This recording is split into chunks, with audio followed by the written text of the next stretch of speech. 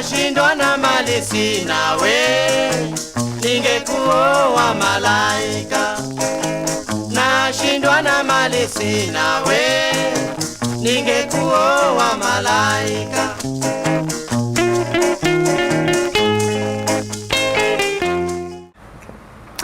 My name is David Brush. I served in the Peace Corps in Tanganyika, Africa. We served from 1964 to 1966, and our primary work was road building. Animal contact was a real thing. The other stories of animal contact? Yeah, probably the scariest one for me was the baboons. They were pretty common around, and this was in Bariadi. And as the time went on, I got pretty comfortable myself with using my bike to go from work site to work site and anywhere else I wanted to go. And sometimes 10 miles on the bike was nothing, even on these sandy African paths. And this was one particular day I was going from bridge site 1 to 2 or whatever it was, and by myself, which was normal. And as I came just around a bend or past some bushes, I noticed some movement, and I stopped the bike, and it was a couple baboons, and they were pretty close. It turned out to be a whole family moving, and just like you read in the literature, there was in the center was the babies, and apparently the mothers, and the bigger male ones were on the perimeter. And I'd say the closest one to me was maybe, again, 100, 200 feet. Close enough that there was nothing I could do if Mr. Baboon decided he didn't like me. But I got off my, I said, I stopped my bike, I got off, and I had the sense that I'd been there now for about a year at least, and so you start getting a sense from listening to other people and reading, and I knew I didn't want to do anything sudden and fast, and but I did slowly put the bike between me and the baboons, actually thinking I could lay the bike on top of me if they just, did. And I considered yelling, but I think I was probably still a mile from the bridge, so probably that was last resort. I definitely would have started screaming, making as much noise as possible, and hoping the workers at the bridge site would come back. But I was also just totally fascinated. There was, the description was exactly, there must have been 10 big males on the perimeter, and the ones, 2 or 3 of them that were closest to me had stopped and were just watching me.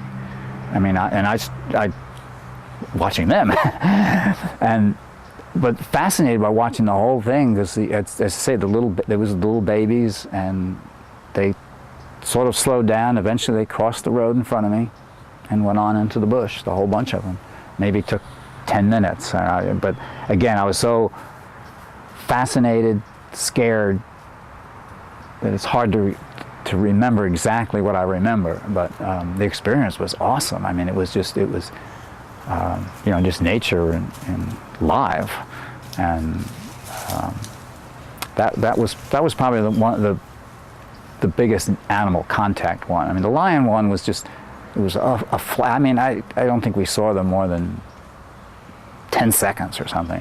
But the baboons it was 10 minutes where those guys were still sitting there watching me. It was until the little ones were actually in the bushes on the other side of the road, that the big baboons that were closest to me moved on.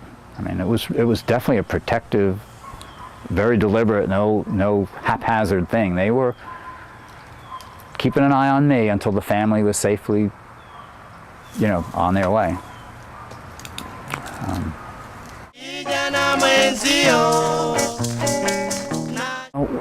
I forget his name anyway, but one of the teacher guys, and I went to his school, and he said, "Dave, hey, we can go for a walk." I always wanted to do something new and different. He says, "You can go."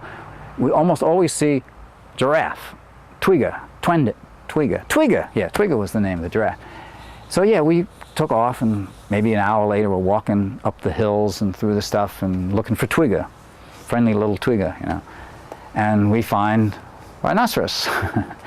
And it was sort of funny because we were walking along just enjoying it. And again, we've been there long enough. We were pretty relaxed, thinking we were cool. We know about we know just what to do if a lion attacks us or gorillas or whatever is there, you know, so we're cool.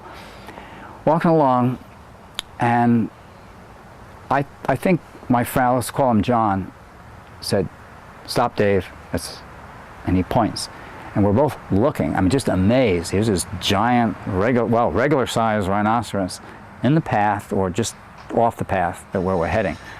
Again, probably 100 feet, maybe two. I mean, it's hard to remember the distance and judge that, but close enough that this was dangerous. I mean, there was no walls between us, no rivers between us, nothing.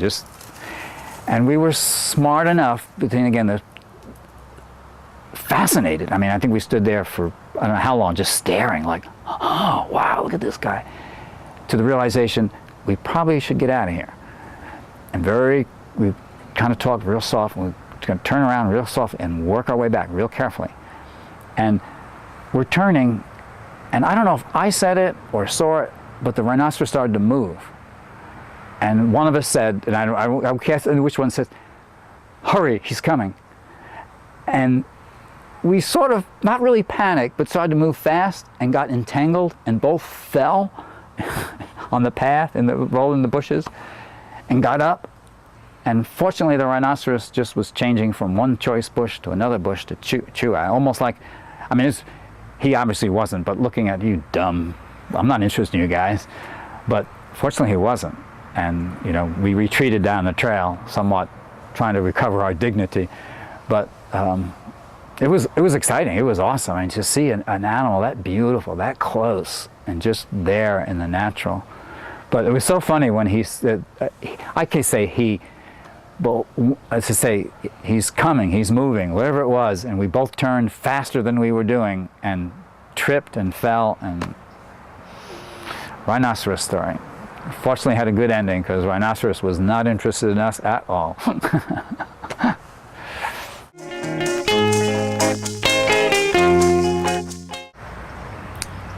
Well, in a nutshell, you mentioned the hand-in-hand one, and again, very difficult to becoming very easy, because again, fortunately, at Syracuse, we had some training or some advanced awareness that one of the African customs is men can hold hands, and it's a sign of trust, a sign of friendship, a sign of, well, that's pretty big ones right there, trust and friendship. And in the United States, obviously, I mean, most European or American, you shake a hand with somebody and it's your little strength test, and then you break it, you know. And like with Paul, I mean, Paul, again, the guy with the 3 wives, fairly big guy, and so we would do a handshake, and then the longer you hold hands, keeping contact, it's a measurement of how much you trust and are willing, you know, you care for that person. And so it was a little hard for me. I mean, squeamish at first, because this is not how I was brought up, but I had so much respect so quickly for Paul and many of the other men that I worked with that it became easy. I mean, I wanted to hold hands because I wanted them to know that, yeah, I do like you, I do want to work with you, I do. Invite me home to dinner. I'm hungry. I'll hold your hand. Let's go eat. But and then we'd walk. We'd walk down the road holding hands. It became easier. The second year was so much easier to do that than the first year. But any first impressions of that? And it was difficult at first. Stories. Yeah, it was that.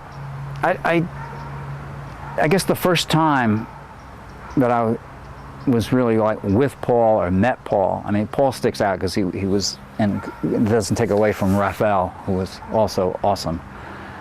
But yeah, shook hands, and the next thing I know, he had gotten our hands, and we were holding hands like a boyfriend and girlfriend does in the United States. And my mind is going, it's okay, it's okay.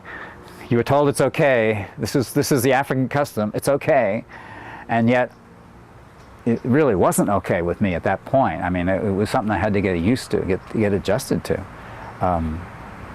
So it was, again, very thankful for the training.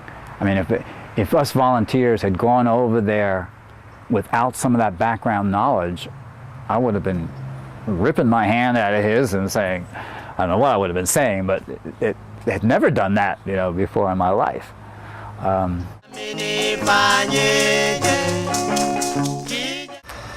The Kahama, every Saturday night, and I say every, to qualify that, it may have been a Saturday that was missed, there was always the town dance, the village dance.